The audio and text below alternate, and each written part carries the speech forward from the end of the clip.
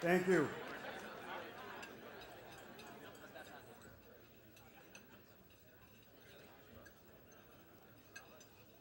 To Ken and to the entire Stonewall community, I first want to say thank you for the invitation tonight, and to all of you who frankly carry the spirit of the battle for these many past years.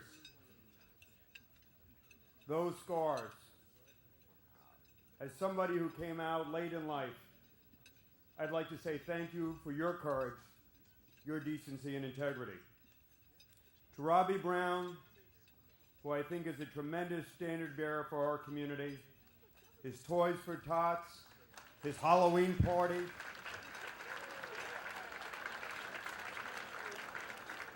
the truth is, you can see him in that bathing suit on Fire Island regularly over the course of the next 2 months. To Bruce, to the Community Center, to Dustin Lance Black for one of the most compelling scripts and movies in cinematic history portraying our community. Tonight is a special night, and I thank you for your support.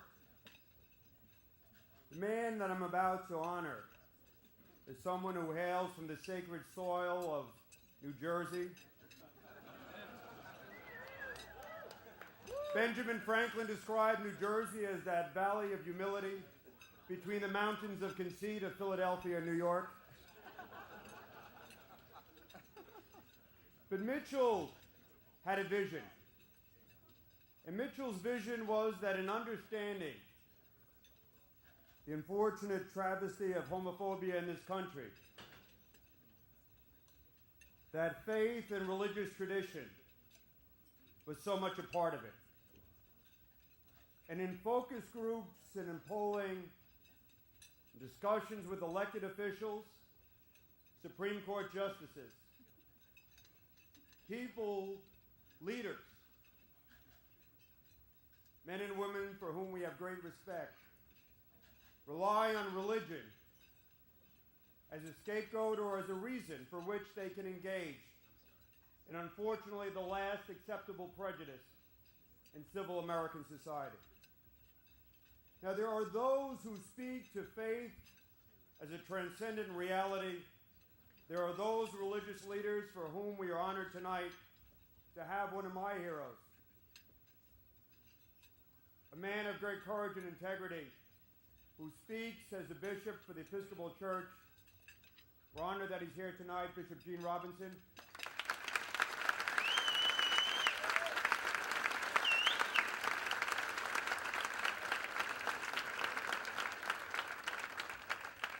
As Rick Warren spews hatred, Gene Robinson preaches, I believe, a message of love and a message of true faith.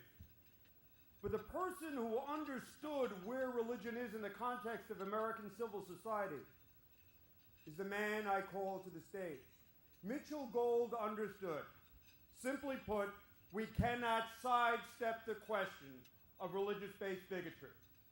And whether engaging in racism or sexism or anti-Semitism in the course of the trajectory of American civil rights, religion has been used by those who would oppose or denigrate or suppress as a weapon that in polite society gives credence to hatred and bigotry. And there are those many national gay organizations who said, Mitchell, too controversial. We can't take it head on. We can't confront the church. And Mitchell frankly said, if we don't have an honest conversation in America, we're never going to pass the necessary goalposts to ensure that homophobia is confronted and civil rights are accorded. So that in 2005, with a small group of bandits, Mitchell dedicated himself to the proposition that we could fight religious-based bigotry. With Jimmy Creech, a Methodist straight minister who was defrocked for performing a gay marriage, and a small group of us, he initiated upon Faith in America, with the understanding that faith, or the lack of faith, is a matter of private conscience, but that we need to have an honest, straightforward conversation in this nation, not to rely upon religious principles to endorse hatred and homophobia. And whether it was the loving decision 50 years ago that prevented interracial marriage, whether it was discussions in church basements in Iowa or all across this country, Faith in America has assiduously worked with the religious-based community and with those, frankly, who don't take our position to say that homosexuality, sexual orientation is a gift. It's God's gift. And whether you ascribe to religion or not, in a civil society, we all need to be afforded basic civil rights, regardless of our religious traditions or faith-based realities.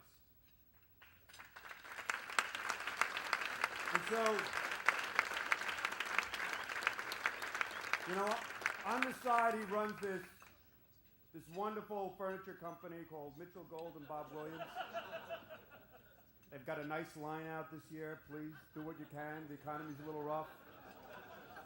Mitchell spends morning, noon, and night talking to, frankly, Republicans and Democrats, people across the political spectrum, religious leaders, LGBT organizations, because he believes fervently that if we tackle this issue, we can change hearts. And if we change hearts, we can change the law. Ladies and gentlemen, it's my great honor to call upon the chairman of Faith in America, a dear friend, a great advocate, a fighter for LGBT rights and what's decent in this nation, Mitchell Gold.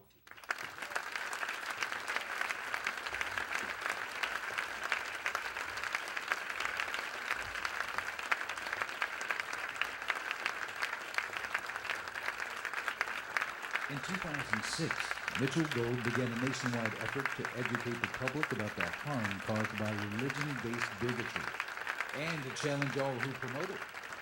With a series of provocative and aggressive media campaigns in communities all across America, he has worked to expose the bigotry and prejudice cloaked behind. Well, go ahead and show it, I guess.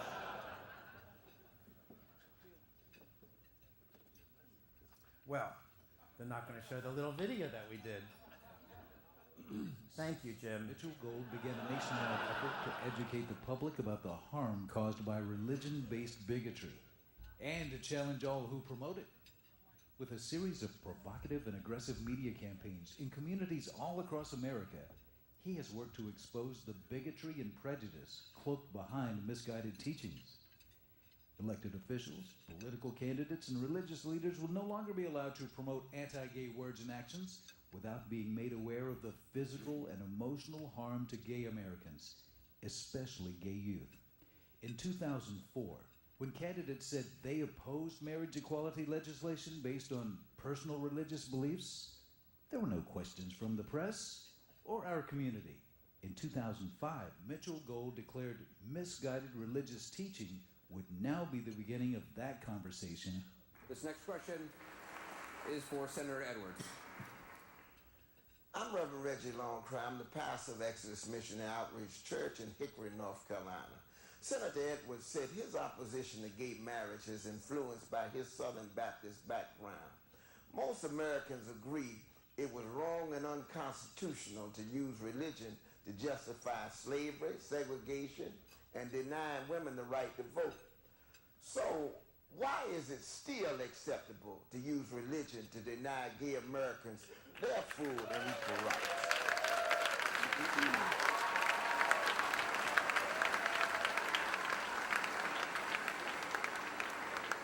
As a history major in college, Mitchell knew religion-based bigotry had long been used to justify treating African Americans, women, minority religious groups, and interracial couples as inferior, unworthy, and unequal. Today, all those mistreatments are judged as wrong and immoral. Civil rights icon Mildred Loving knew the damage done when bigotry and prejudice were codified into law. Mrs. Loving told Mitchell in 2007 that she agreed that gay Americans should have the freedom to